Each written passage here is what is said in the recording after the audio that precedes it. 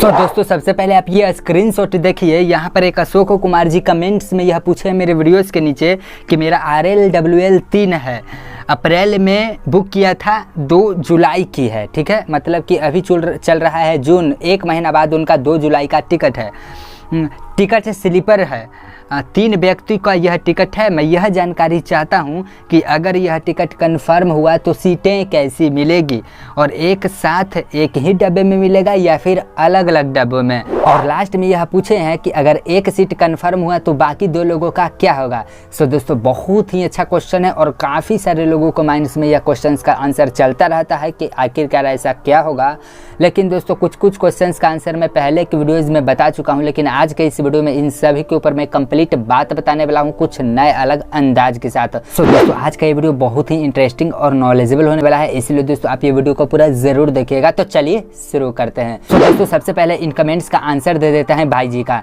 तो यहाँ पर इनका टिकट जो है इन्होंने अप्रैल में बुक किया था, जुलाई के लिए RLWL 3 है, तो यह श्योर हो जाइए कि इनका टिकट कन्फर्म हो जाएगा। अब जैसे कि मैंने यहाँ बताया कि इनका टिकट कन्फर्म होगा, तो ये बोले हैं सीटें कैसे मिलेगी, तो सीटें तब जैसे मिलेगी यह बात पर डिपेंड करता है कि अगर आपका यह RLWL का वेटिंग कन्फर्म हो जाता है तो आपको फुल सीट मिलेगा, लेकिन अगर आपका ट्रेन चढ़ बनने के बाद RAC में रह जाता है, RAC में चला जाता है, तो आपको सीट जो है साइड लोअर कुछ इस तरीके से आपको हाफ सीट मिलेगा, मतलब कि एक सीट में 2 लोगों को बैठ करके जाना होगा। उसके बाद ये पूछे हैं कि क्या 3 लोगों का एक ही डब्बा में सीट मिलेगा। तो दोस्तों यहाँ पर मैं कहना चाहता हूँ कि इंडियन रेलवे यह पूरी कोशिश करती है कि अगर एक टिकट में एक से ज़्यादा लोग जा रहे हो तो मैं एक ही डब्बा के अंदर में डालने का प्रयास करूँ और सीट आसपास ही हो, मतलब कि सीट जो है एक ही साथ होने का प्रयास करें। क्योंकि जान रही है ना भाई कि इंडियन रेलवे में आप एक टिकट में 2 लोग का बुक किए हैं तो दोनों अनजान व्यक्ति हो, ऐसा नहीं हो सकता है। आपके फ्रेंड्स हो सकते हैं, रिलेटिव हो सकते हैं, मतलब कि आपका कोई हो ही सकते हैं, कोई दूसरा तो हो ही नहीं सकता है। इसलिए इंडियन रेलवे यह पूरा कोशिश करती है कि एक डब्बे के अंदर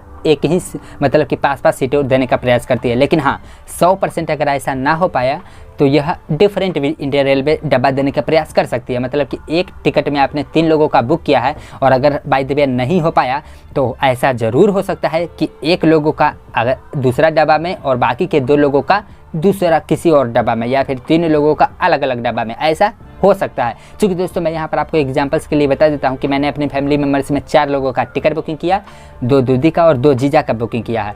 तो दोस्तों ऐसा हुआ ना कि एक लोगों का गया एक अलग बोगी में और 2 लोगों को गया एक अलग में और 1 लोगों का गया अलग में। तो भाई साहब यह ज़रूरी नहीं है 100% कि आपको एक डब्बा के अंदर तीनों को बिल्कुल सीट मिल जाए, अलग अलग भी हो सकता है। तो यह माइंड से निकाल दीजिए। लेकिन हाँ इंडियन रेलवे पूरी कोशिश करेगी देने के लिए। अब दोस्तों अशोक जी का चलते हैं सबसे फाइनल क्वेश्चन की ओर और सबसे बहुत अच्छा क्वेश्चन इसकी ओर कि अगर मान के चलिए एक टिकट में मैंने 3 लोगों का टिकट बुकिंग किया, अगर एक का कन्फर्म हो जाता है तो बाकी 2 लोगों का क्या होगा।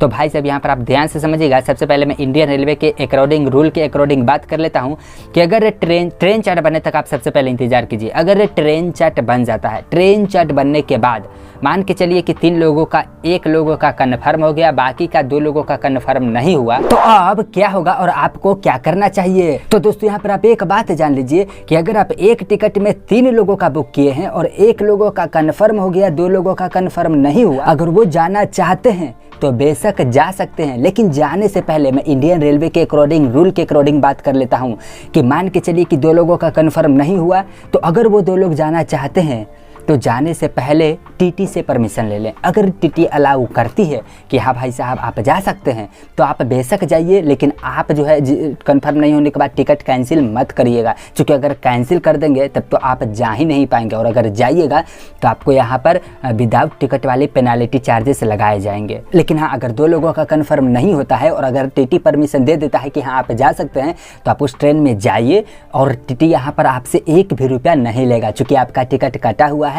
यहाँ पर 1 लोगों का कंफर्म हो गया है, 2 लोगों का कंफर्म नहीं हुआ है, तो आप टिकट बिल्कुल भी कैंसिल मत करिएगा। टीटी अलाउ दे देता है तो आप जाइए और टीटी यहाँ से आपको 1 भी चार्जेस फाइन नहीं करने वाला है। यह इंडियन रेलवे का रूल्स के अकॉर्डिंग मैंने आपको बताया। लेकिन यहाँ पर हम आपको एक बात थोड़ा सा बता देते हैं कि यहाँ पर टीटी परमिशन तब और तभी करता है जब ऐसा कंडीशन में 50% टिकट कंफर्म या फिर 50% टिकट वेटिंग में ही रह जाए। मतलब कि अगर आप एक टिकट में 4 लोगों का बुक किए हैं तो कम से कम 2 लोगों का कन्फर्म होना चाहिए और 2 लोग का वेटिंग में ही रह गया हो।